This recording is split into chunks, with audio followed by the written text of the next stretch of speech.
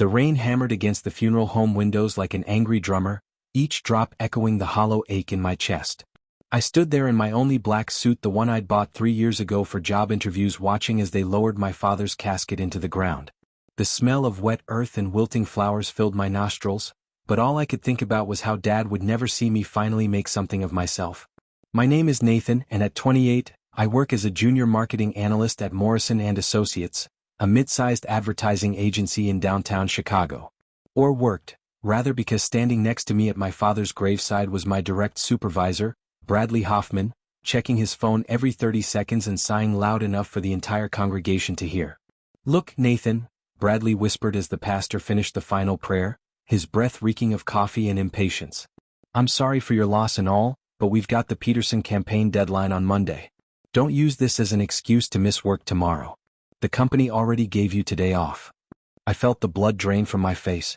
Around us, my father's friends, teachers, mechanics, neighbors who'd known him for decades were sharing memories and offering condolences to my mother. But all I could focus on was Bradley's words echoing in my head like a broken record. "Excuse me?" I managed to whisper back, hoping I'd misheard him. Bradley adjusted his tie, a designer piece that probably cost more than my monthly grocery budget. "You heard me. We're all replaceable, Nathan. Even in grief. The work doesn't stop just because life happens." Before I could respond, my mother approached us, her eyes red and swollen from crying. She looked fragile in her simple black dress, like a strong wind might blow her away. "Nathan, who is your friend?" "Mom, this is Bradley, my supervisor at work." "Bradley, this is my mother, Linda." Bradley barely glanced at her, already turning toward the parking lot. "Nice to meet you, ma'am. Nathan, I'll see you bright and early Monday. And remember, we're launching the Peterson campaign Tuesday. No room for mistakes or delays." As he walked away, my mother grabbed my arm gently. "Sweetheart, did he just tell you that you can't grieve your father?" I couldn't answer. The lump in my throat felt like it might choke me. Instead, I wrapped my arms around my mother as relatives and family friends continued to approach us, sharing stories about Dad's kindness, his terrible dad jokes, and how he'd helped fix their cars or move their furniture without ever asking for anything in return. Mrs. Patterson from next door squeezed my shoulder. "Your father was so proud of you, Nathan. He'd brag about your job in the city every chance he got. Said you were going to change the world with your ideas." The irony wasn't lost on me. Here I was, working for people who saw me as nothing more than expendable labor, while my father had believed I was destined for greatness. The guilt mixed with grief in a way that made my chest feel hollow and heavy at the same time.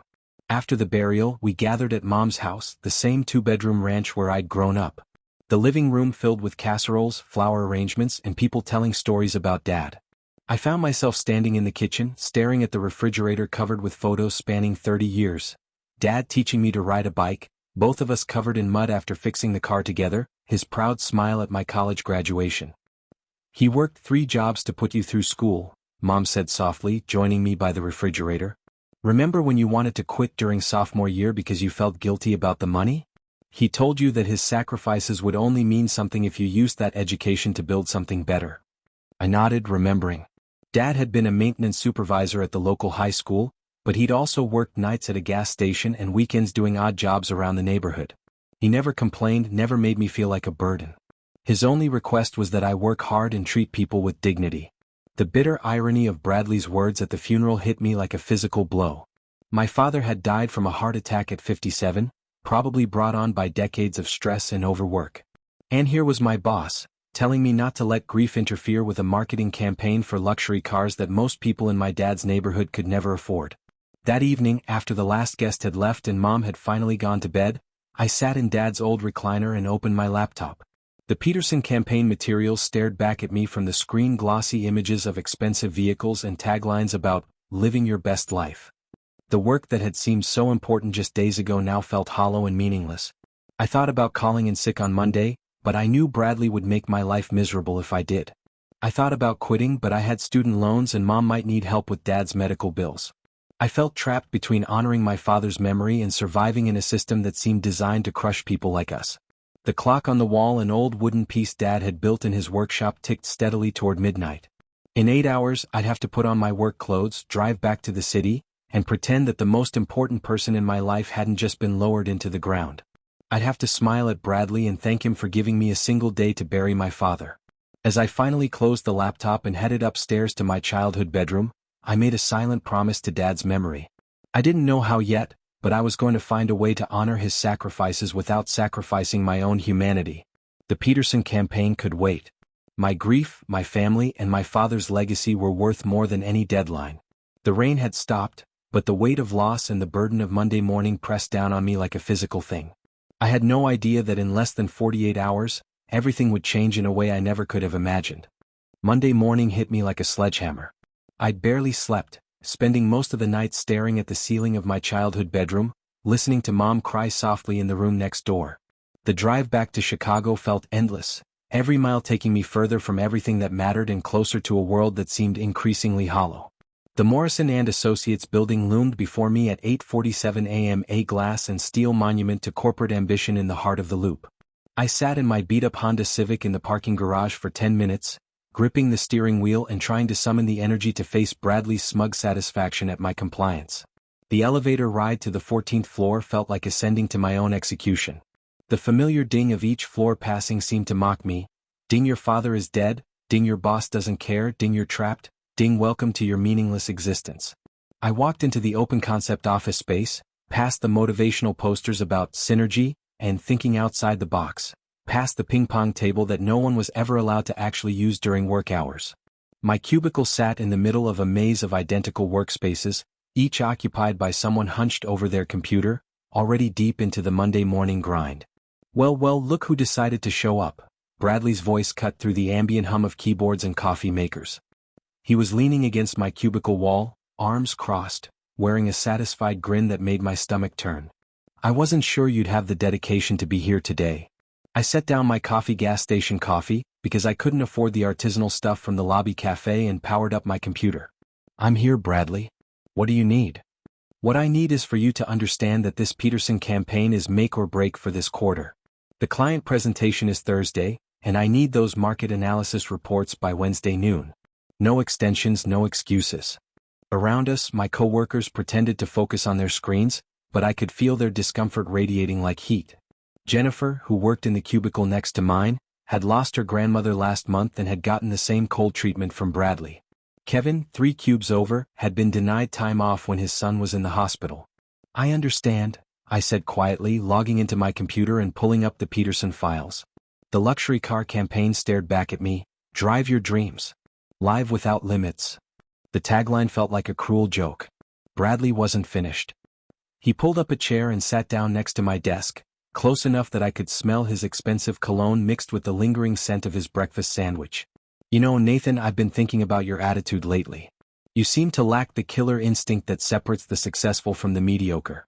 Maybe losing your father will teach you some valuable lessons about motivation. The words hit me like a physical blow.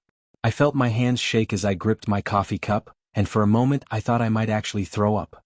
The casual cruelty of using my father's death as a motivational tool was beyond anything I could have imagined. Bradley, I started, my voice barely above a whisper. My father just died. I buried him yesterday. I think I deserve a little. You deserve what you earn, he interrupted, standing up and straightening his tie. And right now you haven't earned anything. I want those reports by noon Wednesday, and I want them perfect. This conversation is over. As he walked away, I felt something inside me break.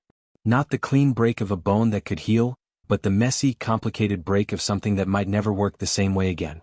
I stared at my computer screen, at the Peterson campaign materials, at the photos of cars that cost more than my father had made in 2 years. Around me, the office continued its relentless hum. Phones rang, keyboards clacked, printers whirred. The machine kept moving, indifferent to the fact that one of its smaller cogs was falling apart. I managed to work for about 2 hours, running numbers and analyzing market demographics, when I heard a commotion near the elevators. Voices were getting louder, and people were standing up in their cubicles to see what was happening. Is that? Jennifer whispered, leaning over our shared cubicle wall. Oh my God, it is, Kevin replied from across the aisle. Walking through our floor, flanked by 2 executives I'd only seen in company newsletters, was Robert Morrison himself, the founder and CEO of Morrison and Associates. He was a tall, silver-haired man in his 60s, wearing a perfectly tailored navy suit and an expression of barely controlled anger. Morrison rarely visited our floor. In my 3 years at the company, I'd seen him maybe 5 times, and always from a distance during company-wide meetings. He was the kind of CEO who operated from the top floors, making decisions that trickled down through layers of management until they reached us worker bees in diluted, often contradictory forms. But here he was, walking directly through our work area, scanning the cubicles like he was looking for someone specific. His eyes settled on Bradley, who was standing near the water cooler, completely oblivious to the approaching storm. "Bradley Hoffman," Morrison's voice carried across the floor like thunder. Every conversation stopped. Every keyboard went silent. The entire office held its collective breath. Bradley turned around, his usual smugness replaced by confusion and a growing awareness that something was very wrong. "Mr. Morrison. What a pleasant surprise. Is there something I can help you with?" Morrison approached Bradley with the measured steps of a man who'd built a company from nothing and wasn't about to let anyone tarnish what he'd created. "I just received a very interesting phone call, Bradley. From Linda Peterson, not the car client, but a woman whose husband was buried yesterday. She wanted to thank our company for allowing her son to take time off to grieve." My blood ran cold. Peterson. Linda Peterson. My mother had remarried when I was 5, taking my stepfather's name, but she'd kept her maiden name for some official documents. The Peterson campaign client was just a coincidence, but my mother. She was quite confused, you see, Morrison continued, his voice getting louder. Because when she asked her son Nathan about taking bereavement leave, he told her that his supervisor had specifically instructed him not to use his father's death as an excuse to miss work. The office was so quiet I could hear my own heartbeat. Bradley's face had gone pale, and he was looking around like a trapped animal searching for an escape route. "Mr. Morrison, I think there might be some misunderstanding." "The only misunderstanding," Morrison's voice boomed across the floor, "is how you could possibly think that representing my company with such callous disregard for basic human decency was acceptable." Every eye in the office was now fixed on Bradley, who was sweating despite the air conditioning. I felt like I was watching a car accident in slow motion, unable to look away from the collision of corporate power and workplace cruelty. Morrison turned away from Bradley and looked directly at me. "Nathan Peterson, I presume?" I stood up from my cubicle, my legs shaky. "Yes, sir. I am deeply sorry for your loss, son. Your mother spoke very highly of your father, a maintenance supervisor who worked multiple jobs to put you through college. That's the kind of work ethic and family values this company was built on." He paused, letting his words sink in across the silent office. "I want you to know that effective immediately, you are granted 2 weeks of paid bereavement leave. Furthermore, I'll be personally reviewing our bereavement and family leave policies to ensure that no employee ever faces this kind of treatment again." The relief that washed over me was so intense it was almost painful. 2 weeks. 2 weeks to grieve, to help my mother, to figure out what came next. 2 weeks to remember why my father's sacrifices had mattered. But Morrison wasn't finished. He turned back to Bradley, who looked like he wanted to disappear into the floor. "As for you, Bradley, consider this your formal notice. Your employment with Morrison and Associates is terminated immediately. Security will escort you out."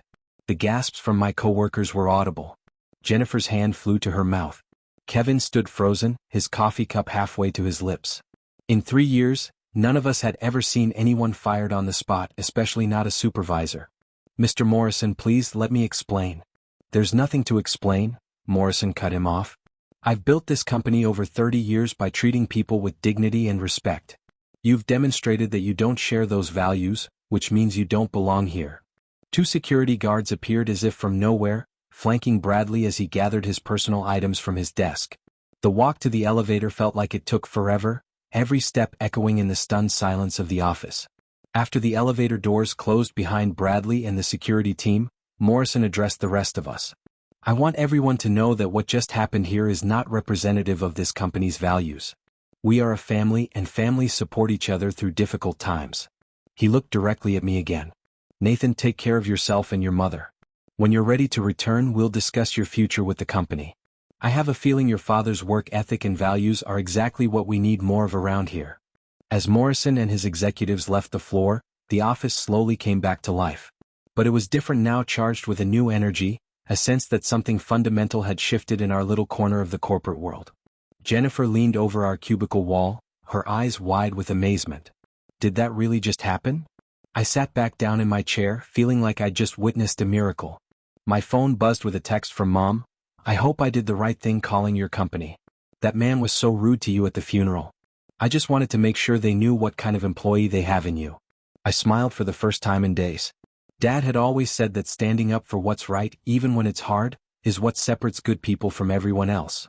Mom had just proven that his lessons lived on in both of us. The Peterson campaign materials were still open on my computer screen, but they no longer felt like a burden. Instead, they felt like the beginning of something new, a chance to prove that you could succeed in business without sacrificing your humanity. As I started packing up my desk for my unexpected leave, I realized that Dad was still teaching me lessons, even from beyond the grave. Sometimes the most powerful thing you can do is simply refuse to accept that cruelty is just the way business works. Tomorrow, I would drive back to Mom's house, help her sort through Dad's things and figure out how to honor his memory. But today, for the first time since his death, I felt like maybe there was still some justice left in the world. The 2 weeks that followed passed like a strange dream, part healing, part practical necessity, and part revelation about who I wanted to become. I spent the first few days just existing in the space between grief and relief, helping Mom navigate the endless paperwork that comes with losing a spouse while trying to process what had happened at the office. Mom's house felt different without Dad's presence filling it. The silence was heavier, broken only by the occasional phone call from relatives checking in or neighbors stopping by with food. But there was also something peaceful about being away from the corporate noise, away from the constant pressure to perform and produce and prove my worth through productivity metrics. On Thursday morning, the day the Peterson campaign presentation was supposed to happen, I found myself in Dad's workshop in the basement, surrounded by his tools and half-finished projects. The wooden clock that had been ticking steadily through my sleepless nights sat on his workbench, its hands frozen at 3:17. It had stopped the night he died, as if time itself was mourning his passing. I picked up the clock, feeling the smooth wood grain under my fingers. Dad had made it from oak he'd salvaged from an old barn, spending months carefully shaping each piece. It wasn't fancy or expensive, but it was crafted with love and attention to detail, qualities that seemed increasingly rare in my professional world. "He was working on that for your apartment?" Mom said from the basement stairs. She'd been doing that all week, appearing quietly when I was lost in thought, offering gentle observations that helped piece together Dad's final months. "He wanted to finish it before Christmas. Said you needed something real and solid in that corporate world of yours." I turned the clock over in my hands, noticing the inscription Dad had carved into the base. "Time well spent is never wasted. For Nathan, with love, Dad." The words hit me like a physical blow, and for the first time since the funeral, I let myself truly cry, not the controlled tears of public grief, but the raw, ugly sobbing that comes from accepting a loss you'll never fully recover from. Mom sat down beside me on Dad's workbench, not saying anything, just being present while I fell apart and slowly put myself back together. When the tears finally stopped, she handed me a box I'd never seen before. "He kept all of this," she said softly. "Every article about your company, every promotion announcement, every project you mentioned in our phone calls. He was building a scrapbook about your career." Inside the box were printed articles about Morrison and Associates' major campaigns, including several where my name was mentioned in the credits. Dad had highlighted every reference to my work, making notes in his careful handwriting. Nathan's idea for targeting young families, proud of his research on consumer behavior. My son is changing how people think about marketing. The irony was overwhelming. While I'd been feeling trapped and undervalued at work, Dad had been collecting evidence of my professional growth like it was the most important news in the world. He'd seen potential and purpose in work that I'd started to view as meaningless corporate machinery. But there was something else in the box, a letter addressed to me in Dad's handwriting, dated just 2 weeks before his death. "Nathan, if you're reading this, it means I'm gone and your mother finally worked up the courage to show you this box. I've been thinking a lot about legacy lately, not the grand historical kind, but the small, daily kind that happens when we choose to treat people with kindness even when it's hard. I know you've been struggling at work. I could hear it in your voice during our Sunday calls, the way you talk about deadlines and difficult people like they were insurmountable obstacles. But I also heard something else: passion. You care about doing good work, about creating things that matter, about treating people fairly. Don't let the corporate world convince you that caring is a weakness. Your college professors used to call me for references when you applied for internships. They all said the same thing. Nathan doesn't just want a job, he wants to make a difference. Hold on to that, son. The world needs more people who refuse to accept that business as usual has to mean treating people poorly. I worked maintenance for 30 years and you know what I learned? Every organization is only as good as the people within it who choose to do the right thing, even when it's inconvenient. You have the education and opportunity one never had. Use them to be the person who makes things better. Your mother and I are so proud of the man you've become. Now go show the world what real leadership looks like. All my love, Dad. P.S. I hope you like the clock. Time is the only thing we can never get more of, so spend it on people and work that matter. I read the letter 3 times before I could speak. How long have you had this? He gave it to me the day before he died, Mom said, her voice thick with emotion. He said I'd know when you were ready to read it. I think what happened at your office last week was his way of opening a door for you. That afternoon I called Robert Morrison's office. I'd been thinking about our encounter all week, trying to understand why the CEO of a major advertising agency had taken such a personal interest in one junior employee's situation. His assistant put me through immediately. Nathan, how are you holding up, son? Morrison's voice was warm, genuinely concerned, nothing like the corporate politeness I was used to from upper management. I'm doing better, Mr. Morrison. Thank you again for what you did. I called because I wanted to ask you something. Of course. What's on your mind? I took a deep breath, thinking about Dad's letter and the lessons he tried to teach me about courage. Why did you fire Bradley so publicly? You could have handled it quietly, avoided the drama. Morrison was quiet for a moment. Do you know why I started this company, Nathan? To build a successful advertising business? No. I started this company because I worked for men like Bradley Hoffman for 15 years, and I got tired of watching good people get crushed by bad managers. I swore that if I ever had the power to change that dynamic, I would. He paused and I could hear him moving around his office. Your mother's phone call reminded me why I built this place. It wasn't for the money or the prestige, it was to create an environment where people like your father could be proud of where their children work. People like my father? Working-class people who sacrifice everything for their kids' education, who believe that hard work and decent treatment should go hand in hand. I grew up in a house like yours, Nathan. My father was a construction worker who died young from workplace stress. I know what it means when someone's son or daughter makes it into the professional world. I felt a lump forming in my throat again. I want to come back, Mr. Morrison. But I want to come back different. I want to find a way to honor what my father believed about work and dignity. What did you have in mind? I'd been thinking about this for days, turning over possibilities in my mind while I helped Mom organize Dad's things. I want to work on campaigns that matter. Not just selling luxury cars to people who already have everything, but creating advertising that serves real communities, real needs. I want to be part of marketing that builds people up instead of just extracting money from them. Morrison was quiet for a long moment. When he spoke again, his voice had a quality I'd never heard before, excitement mixed with something that sounded like relief. Nathan, what would you say to heading up a new division? Community-focused campaigns, non-profit partnerships, local business development. It's something I've been wanting to do for years, but I needed the right person to lead it. Someone who understands that business success and human dignity don't have to be mutually exclusive. My heart started racing. This was so far beyond anything I'd imagined when I made the phone call. Are you serious? Dead serious. Take another week to think about it. When you come back, we'll discuss the details. But Nathan, I think your father would be proud of the direction you're heading. After I hung up, I sat in Dad's workshop for another hour, holding his unfinished clock and thinking about the strange ways life can change direction. A week ago, I'd been trapped in a job that felt meaningless, bullied by a supervisor who saw employees as expendable resources.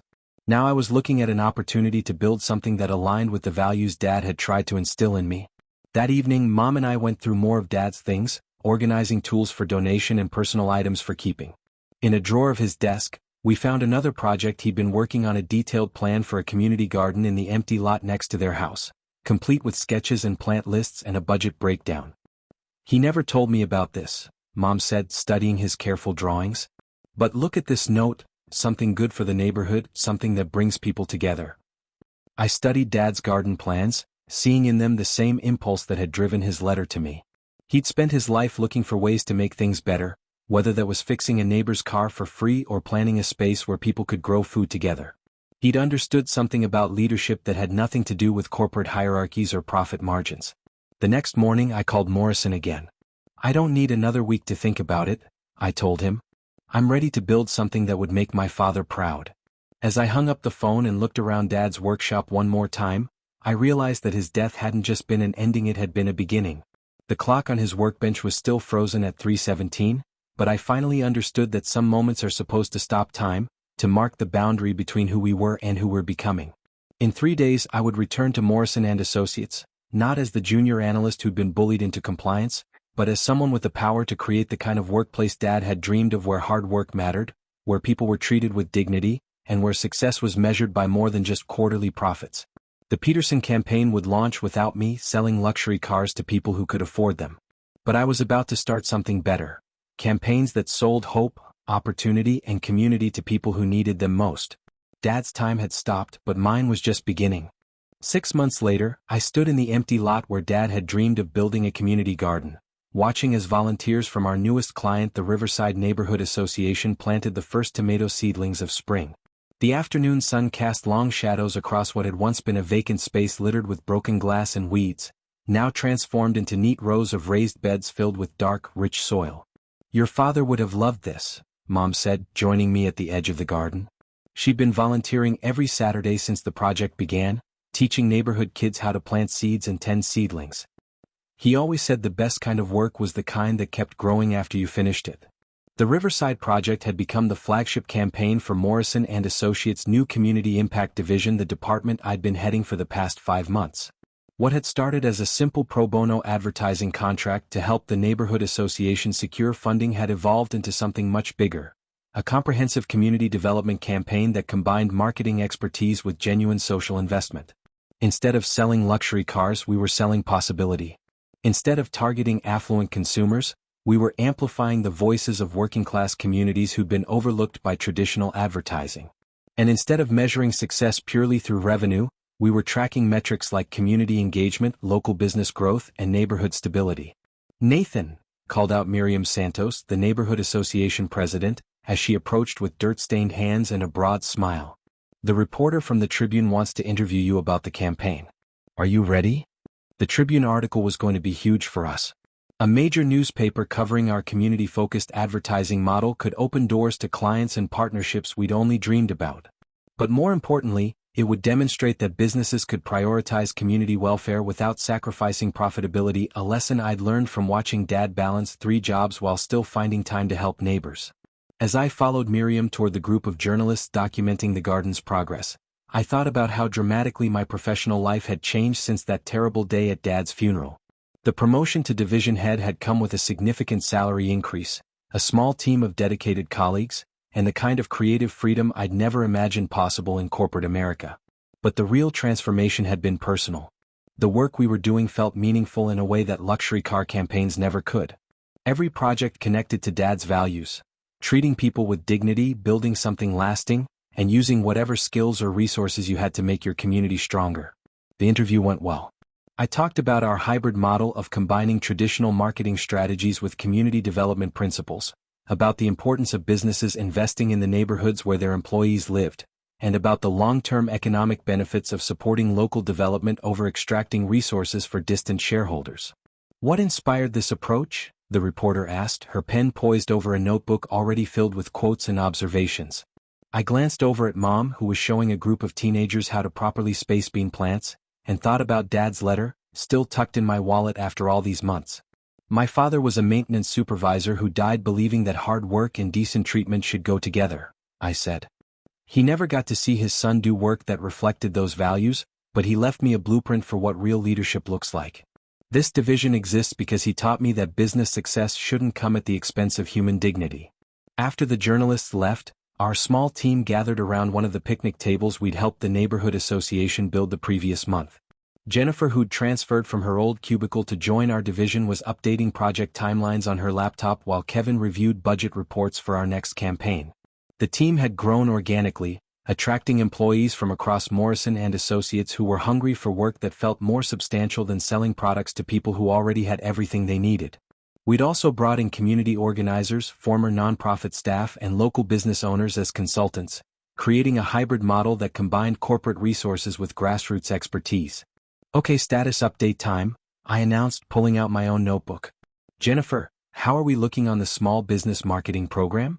23 local businesses signed up for the subsidized advertising package, she reported, scrolling through spreadsheet data. "We've got everything from Rose's Bakery to Thompson's Auto Repair Shop. The first round of campaigns launches next week, and we're already seeing increased foot traffic from the preliminary promotional push." Kevin looked up from his financial reports. "And the numbers are solid. We're operating at about 15% profit margin, which is lower than the luxury campaigns but still well within Morrison's sustainability requirements. Plus, the client retention rate is incredible, 97% so far. The business case for community-focused marketing had proved itself more quickly than any of us had expected. Local businesses were hungry for professional marketing support they could actually afford, neighborhood associations needed help telling their stories to potential funders, and community organizations desperately wanted to reach broader audiences with their programs. But beyond the financial success, we were creating something that felt genuinely transformative. The Riverside Garden project had led to a neighborhood cleanup initiative, which had attracted city funding for street improvements, which had brought in new businesses, which had created jobs for local residents. Our advertising campaigns weren't just promoting products, they were catalyzing community development cycles that strengthened entire neighborhoods. Speaking of client retention, Jennifer added, Miriam wants to expand our contract to include promoting the neighborhood's new small business district. Apparently, 3 new shops have opened since we started the garden campaign, and property values are up 12%. I made notes about the expansion proposal, thinking about how Dad would have appreciated the ripple effects we were creating. He'd always understood that fixing one person's car or helping one family move didn't just solve immediate problems, it built networks of mutual support that made entire communities more resilient. As the afternoon wound down and volunteers began cleaning up their tools, I found myself standing in the same spot where Dad had envisioned his community garden. The reality was even better than his sketches. Neat rows of vegetables growing under improvised trellises, children learning to identify different plants, neighbors who'd never spoken before working side by side to build something lasting. My phone buzzed with a text from Robert Morrison. Saw the preliminary Tribune article online. Exceptional work, Nathan. Your division is exactly what this company needed. Your father raised a hell of a leader. The message hit me harder than I'd expected. Over the past 6 months, Morrison had become something like a mentor, sharing stories about his own working-class background and offering guidance as I navigated the challenges of building a new type of business division. He'd also quietly implemented company-wide policy changes inspired by our community-focused model, expanded bereavement leave, mental health support programs, and profit-sharing initiatives that gave employees stake in the company's success. But more than professional validation, Morrison's message represented something I'd been working toward since Dad's death. Proof that it was possible to succeed in business without abandoning the values that made success meaningful. As Mom and I walked back to her car, she pointed out a small wooden sign that had appeared near the garden's entrance. Peterson Community Garden, planted in memory of James Peterson, who believed in growing good things together. The neighborhood association surprised me with that yesterday, she explained, her voice thick with emotion. They said Dad's workshop plans were what convinced the city to approve the lot conversion. His dream helped make their dream possible. I stopped walking, overwhelmed by the perfect symmetry of it all. Dad's unfinished project had become the foundation for work that honored everything he tried to teach me about service, community, and the responsibility that comes with opportunity. His legacy wasn't just living on, it was growing, spreading, creating new possibilities for people he'd never met in places he'd never seen. That evening, back at Mom's house, I finally finished Dad's wooden clock. I'd been working on it every weekend, following his careful notes and learning to use tools I'd never touched before. The mechanism was delicate work, requiring patience and precision, qualities Dad had tried to teach me through years of weekend projects I'd been too eager to finish. But tonight felt different. As I installed the final gear and wound the spring, I understood something about time that I'd missed during all those years of rushing toward deadlines and quarterly targets. Time wasn't just about productivity or efficiency, it was about presence, about being fully engaged with work that mattered, about creating things that would outlast the moment they were completed. The clock's hands began moving for the first time since Dad's death, marking time with the same steady rhythm that had counted down the hours of his life. But instead of feeling like a countdown toward ending, it felt like a celebration of continuity, his values continuing through my work, his love continuing through Mom's community involvement, his dreams continuing through the seeds growing in the garden he'd never seen. It's beautiful, Mom said, watching as I adjusted the hands to show the correct time. He would be so proud of how you finished it. I set the clock on the mantle, next to photos of Dad teaching me to ride a bike and helping me move into my college dorm. I think he'd be proud of how we both finished it. The clock, the garden, the work, none of it would have happened without both of us carrying forward what he started. The next morning, I drove back to Chicago with a renewed sense of purpose. The city skyline looked different now, less like a monument to corporate power and more like a collection of communities waiting to be strengthened, stories waiting to be told, connections waiting to be made. At the office, our small team had grown into something that felt more like a movement than a marketing department. We'd attracted attention from other cities, other companies, other professionals who were hungry for work that served something bigger than shareholder profits. Universities were studying our model, nonprofits were adapting our strategies, and businesses across the country were reaching out for advice on community-focused marketing. But the real measure of our success wasn't in the attention or accolades, it was in the tangible changes happening in neighborhoods like Riverside. The Garden had become a catalyst for broader transformation. New businesses, improved schools, reduced crime rates, and most importantly, a sense of community pride that had been missing for decades. Jennifer knocked on my office door holding a stack of applications. "We've got 43 resumes for the new community liaison position," she announced, setting the papers on my desk. "Including several from people who want to leave traditional marketing firms to do this kind of work." I flipped through the applications, noting the diversity of backgrounds. Former nonprofit directors, community organizers, marketing professionals burned out on consumer manipulation, recent graduates who wanted their first job to matter. Each cover letter told a similar story: people searching for work that aligned with their values, that contributed to something larger than corporate growth. "Schedule interviews for next week," I told Jennifer. "And make sure we include community representatives in the selection process. If we're going to hire someone to serve neighborhoods, those neighborhoods should have a voice in who we choose." As the afternoon progressed, I found myself thinking about Bradley Hoffman, my former supervisor who'd been fired so dramatically 6 months earlier. I'd heard through office gossip that he'd struggled to find another position, that his reputation for employee mistreatment had followed him to other companies. There was some satisfaction in that justice, but mostly I felt grateful that his cruelty had inadvertently opened the door to work that honored Dad's memory. Around 4 p.m., my phone rang with a call from an unexpected source: the mayor's office. Chicago was launching a citywide small business development initiative, and they wanted Morrison and Associates Community Impact Division to lead the marketing and outreach components. "This could be huge," I told Mom during our evening phone call. "We're talking about supporting thousands of local businesses, creating marketing campaigns that serve entire neighborhoods, building the kind of economic development Dad always believed in." "He'd be amazed," she replied, and I could hear the pride in her voice. From that terrible day at the funeral to this, it's like watching a miracle unfold. But it wasn't a miracle. It was the result of choosing to honor grief through action, of refusing to accept that workplace cruelty was inevitable, of building something new instead of just complaining about what was broken.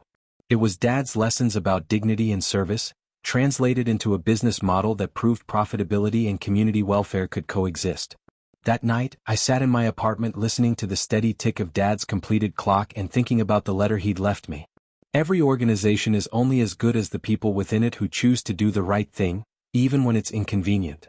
His words had become the unofficial motto of our division, printed on business cards and painted on our office wall. The Peterson luxury car campaign had launched without me 6 months earlier, targeting affluent consumers with messages about status and exclusivity. I'd heard it was successful by traditional metrics: high brand recognition, increased sales, satisfied client. But it had already been forgotten, replaced by newer campaigns selling different versions of the same empty promises. Our work was different. The Riverside Garden would feed families for years to come. The small business campaigns were creating jobs and building wealth in communities that had been economically neglected. The neighborhood development projects were establishing foundations for long-term stability and growth.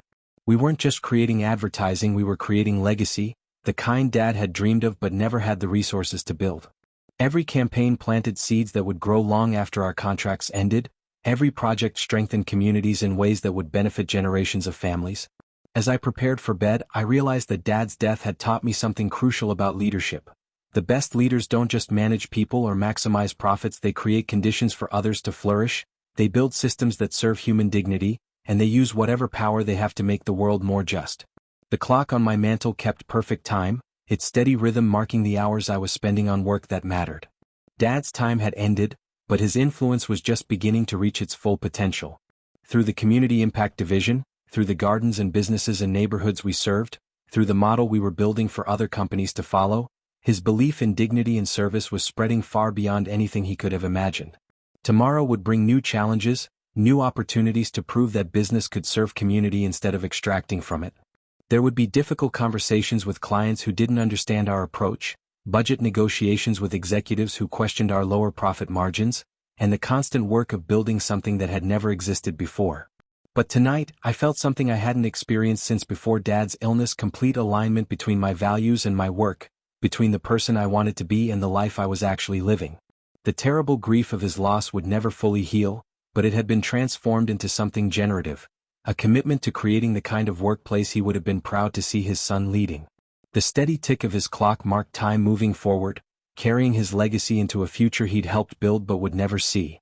It was the sound of love persisting, of lessons living on, of one man's quiet dignity rippling outward to touch lives and communities he'd never imagined reaching. In the end, that's what legacy really means, not the monuments we build to ourselves, but the seeds we plant that grow into forests long after we're gone. Dad's workshop plans had become a community garden. His letter had become a business philosophy. His death had become a doorway to work that honored everything he'd believed about the power of treating people with dignity. The clock ticked on, steady and sure, marking time that was finally being spent on something worthy of the sacrifice that had made it possible.